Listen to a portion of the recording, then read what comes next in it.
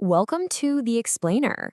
Today, we're diving into something that's absolutely fascinating: how a simple melody, just a hook cooked up in a studio, actually transforms into a highly securitized financial asset, traded right there on Wall Street. It's literally where art meets high finance, and it is completely reshaping the entire music industry from the ground up. So let's kick things off with a pretty provocative question. Think about the massive pop culture hits you're listening to every single day on your commute, at the gym, doing the dishes. Who actually owns the soundtrack to your life? Because right behind the artists whose names we all know, there's this invisible, multi-billion-dollar financial machine just constantly operating in the background. Here's our roadmap to figure this all out today. 1. The era of the record label. 2. Streaming predictability. 3. The private equity takeover. 4. The creator's dilemma. 5. Consolidation risks. And finally, the future of music rights. Number 1. The era of the record label. Let's set the historical baseline.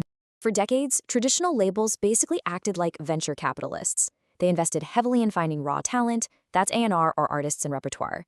And in exchange, they demanded ownership of the master recordings. From the 60s through the 80s, this model was the absolute law of the land. Then you get to the 2000s, digital disruption hits, and we saw fierce artist pushback. Think of icons like Prince fighting tooth and nail to reclaim creative control of his masters. But lately, the landscape has drastically shifted all over again. Between 2019 and 2025 alone, institutional investors deployed a staggering $23.1 billion into music rights. And this World Intellectual Property Organization report on IP finance really hits the nail on the head. It pinpoints the exact moment global music shifted. It went from being seen as pure art, or just a risky entertainment venture, to a highly structured, totally viable economic asset class. Section 2. Streaming predictability. Wall Street's shiny new asset. Okay, the crucial point here is that the music business used to be incredibly volatile, right? It was a total hits-driven model, relying on selling physical CDs. But your monthly Spotify or Apple Music subscription completely changed the math, a real game changer. Suddenly, those unpredictable hits transformed into stable, predictable, reoccurring royalty revenues. Older music catalogs stopped looking like risky gambles and started looking like reliable, long-term annuities. To really grasp how Wall Street values these catalogs, we've got to talk about the financial math they use, specifically discounted cash flow, or DCF. Since streaming revenues are so stable now, financial firms can take a hit song from 20 years ago, project its expected earnings out over the next few decades, and calculate exactly what that's worth today. They aren't just buying songs, they're buying future, guaranteed cash flows. Section 3. The private equity takeover. Wall Street enters the chat. So we've got this really fascinating divide between the old guard and the new players. Traditional labels focus heavily on A&R. Their whole business is talent development and a long-term commitment to the industry. But these new financial conglomerates, they operate in a totally different universe. They treat music as an uncorrelated asset class. That just means its value doesn't plummet if the stock market crashes. They're strictly focused on yield and hedging risk across a massively diversified financial portfolio. Here's the exact playbook for how these firms operate. Step 1, they buy the music rights outright. Step 2, they bundle thousands of these rights together. And Step 3, they issue what are known as asset-backed securities, or ABS. Financial experts actually compare this whole process directly to a mortgage. Just like a bank bundles up a bunch of home loans to sell to investors, these firms are bundling music royalties to create tradable bonds. It's wild. And the scale of this is mind-blowing.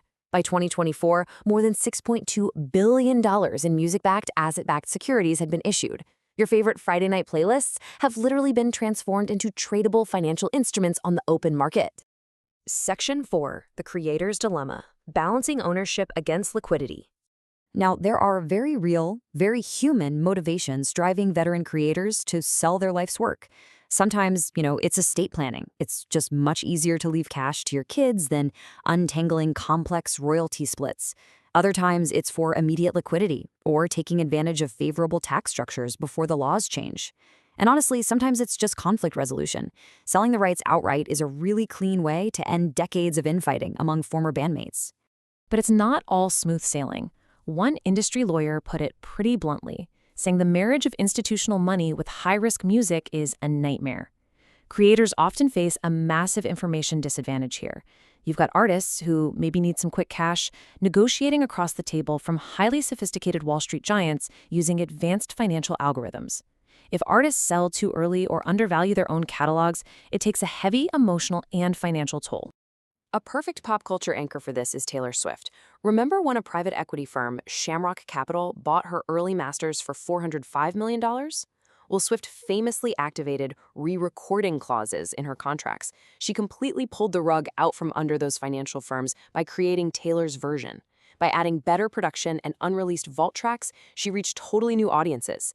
It was an absolute masterclass in how artists can build a defense mechanism against their catalogs being leveraged by outside investors. Section 5. Consolidation Risks. Let's look at the impact on the broader ecosystem. If we look at data from a massive Hypnosis asset-backed security transaction, it reveals exactly where Wall Street is placing its bets. A massive 77% of the revenue concentration comes from heritage catalogs. Those are the older, proven hits that have been around for over 10 years. Only 23% comes from newer music. This kind of heavy concentration creates a very real risk of speculative asset bubbles. You've got billions of dollars chasing the exact same finite pool of older hits just to guarantee their yields. And this creates an absolutely critical danger for the whole ecosystem. I mean, think about it.